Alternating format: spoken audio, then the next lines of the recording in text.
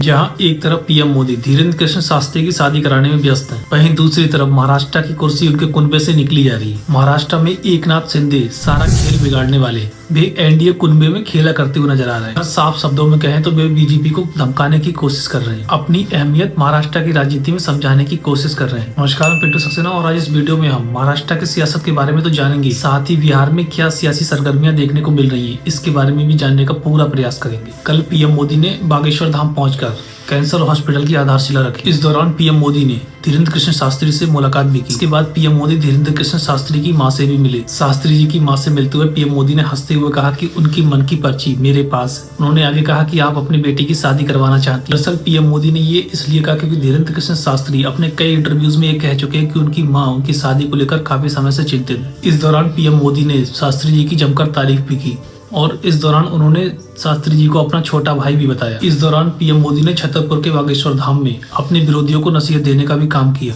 इस बाबत पीएम मोदी ने कहा कि कुछ नेता धर्म का मजाक उड़ाते हैं और उसे नीचे दिखाने की कोशिश करते हैं, लोगों को बांटने में लगे रहते हैं और कई बार विदेशी ताकतें भी ऐसे लोगों का समर्थन कर देश और धर्म को कमजोर करने की साजिश रचती है। पीएम मोदी ने महाकुंभ के आयोजन को आने वाली पीढ़ियों के लिए एकता की प्रेरणा का प्रतीक बताया। ऐसे इन दिनों पीएम मोदी विपक्षियों और विदेशी ताकतों पर जमकर बरसते हुए दिखाई दे रहे हैं, लेकिन अपने ही घर की सियासत सुलझा नहीं पा रहे हैं। जिस तरह से महाराष्ट्र के डिप्टी सीएम एकनाथ शिंदे के स्वर देखने को मिल रहे हैं, उससे ऐसा लगता है कि महाराष्ट्र में कुछ बड़ा होने वाला है। आपको मालूम होगा कि महाविकास आघाड़ी दल को हराकर ही महायुति ने महाराष्ट्र में सरकार बनाई थी। ये बात कुछ वर्षों की नहीं बल्कि पिछले ही साल की। लेकिन मसला यहाँ पर अटका है कि सरकार तो महायुति की बनी, बीजेपी सबसे बड़ी पार्टी बनकर भी उभरी, लेकिन शिवसेना और राष्ट्रवादी कांग्रेस पार्टी के बिना सरकार नहीं बन सकती। महाराष्ट्र में महायुति को 288 सीटों में से 235 सीटें मिली थी। इसमें से 132 सीटें अकेले भाजपा के पास है, जो 145 के बहुमत से काफी कम है, क्योंकि एकनाथ की शिवसेना के पास 57 सीटें हैं और ये इस गठबंधन में दूसरे नंबर पर है। इसलिए महाराष्ट्र में भाजपा को इनका साथ लेना जरूरी है,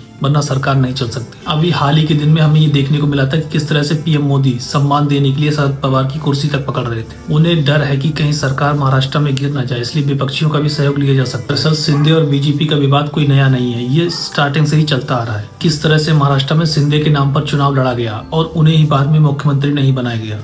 उस समय भी वह अपने गांव चले गए थे, जिसको लेकर काफी बवाल हुआ था और बाद में शिंदे को डिप्टी सीएम बना दिया गया। दरअसल उस समय भी शिंदे को बहुत बुरा लगा था। ऐसा ही कुछ अब देखने को मिल रहा है। दरअसल इस समय बीजेपी शिंदे की सबसेना को कमतर आंकने की कोशिश कर रही है। बीते कुछ दिनों ही पहले सीएम देवेंद्र फडणवीस से उद्धव ठाकरे के विश्वासपात्र नेता मिले थे। इसके साथ ही भाजपा के मंत्री गणेश नायक ने कहा था कि वे थाने में जनता दरबार का आयोजन करेंगे। इसके बाद वहां पर बड़े बड़े होर्डिंग्स भी लगाए गए। इसको लेकर एकनाथ शिंदे के तेवर सख्त देखने को मिले थे, क्योंकि थाने उनका गढ़ है। इसके साथ ही बीते शुक्रवार को एकनाथ शिंदे ने अपने बयान में कहा था कि मुझे कोई हल्के में ना ले। शायद आपको मालूम हो कि एकनाथ शिंदे के विद्रोह के कारण ही उद्धव ठाकरे की सरकार गिरी थी और इसमें आग लगाने का काम किसी और का नहीं बल्कि बीजेपी का ही था। और आज वही बीजेपी एकनाथ शिंदे को आंखें दिखाने का काम कर रही है।